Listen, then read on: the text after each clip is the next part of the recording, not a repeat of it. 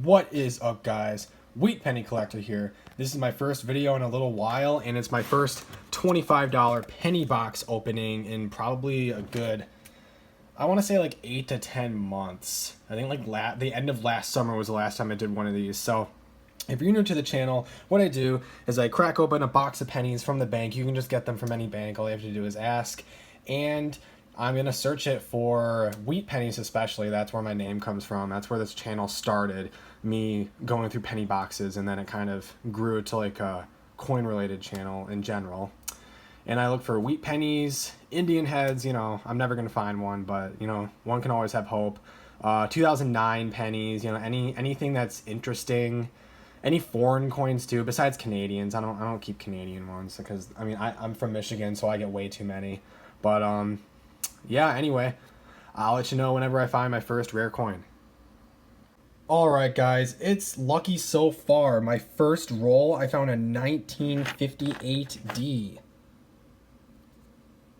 Pretty cool. And also, I forgot to mention, I actually keep all the copper pennies that I find. So any penny from before 1982, I believe, is made out of 95% copper.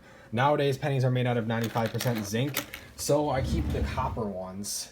And yeah, maybe, I don't know, because like they're pennies, so I'll keep them and then I'll sell them one day, maybe for their metal value when copper coins kind of, you know, get their way out of circulation. So, you know, anyway, I'll get on with this. Alright, I'm on the fourth roll, and I found a wheat penny from 1944. This is a pretty common date, but cool to find them anyway. And within this same roll, I found one from 1940. What mint mark is this? 1940S, it looks like. Huh. I don't know if I have one of these. Yeah, that's definitely a 1940S. Cool. I have to see if I have one. Sweet. I'm getting lucky so far. Alright, so this is my big book of wheat pennies with every unique one that I have. Then I have like 3 rolls worth of duplicates. But anyway, I just wanted to show you guys. I already have the 1940S. Oh well, it's more common than I thought. My rarest wheat penny, a 1913D. It's so worn out, I can't tell if it's a D or an S, but I think it's a D. So only 16 million minted. I mean, obviously it's completely worn down, but hey, it's one of the rarest, so that's pretty cool. Alright, it's wheat penny number 4, found in the next roll. It is another 1958D.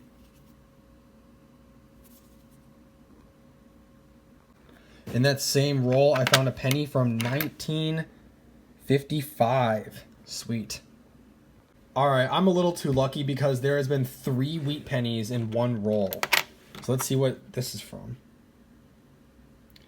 1956D. Sweet. Alright, this is getting too insane. The next roll, I pop part of it open and 2 wheat pennies come flying out. So let's see when they're from. 1956 and another 1958D. Alright, we got another wheat penny from 1955 and this Canadian penny from 1955. Pretty cool. Roll, I found one more. Let's see what the date's from. Another 1958D. I have 4 of them. That's pretty cool. Right, this is super beat up, but I think it still counts. A 1944. Alright.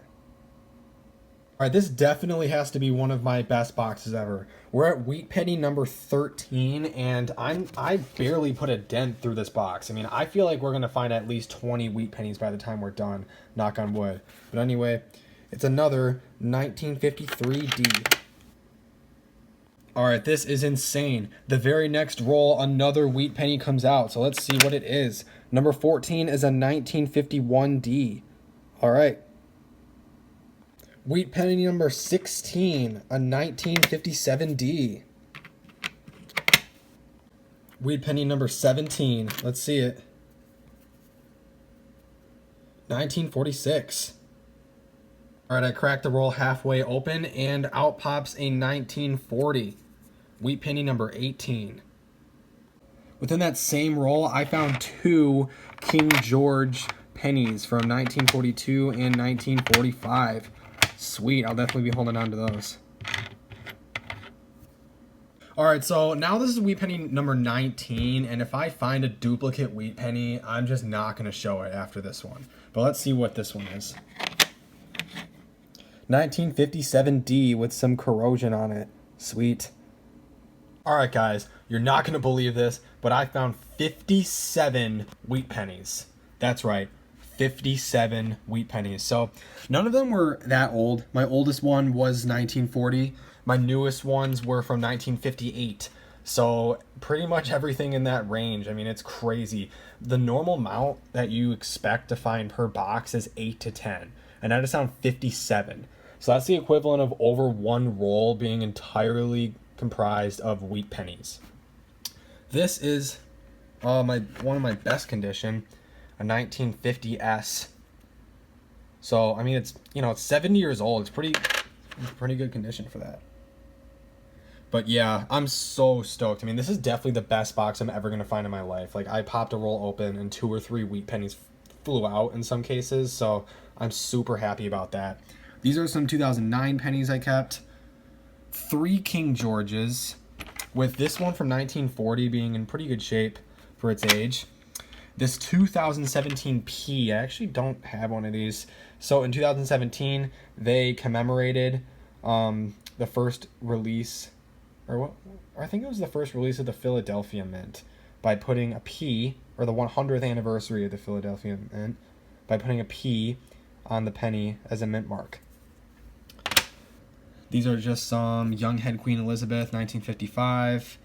And then these are just some interesting post-mint damage coins that I thought were pretty cool. This one's like scraped.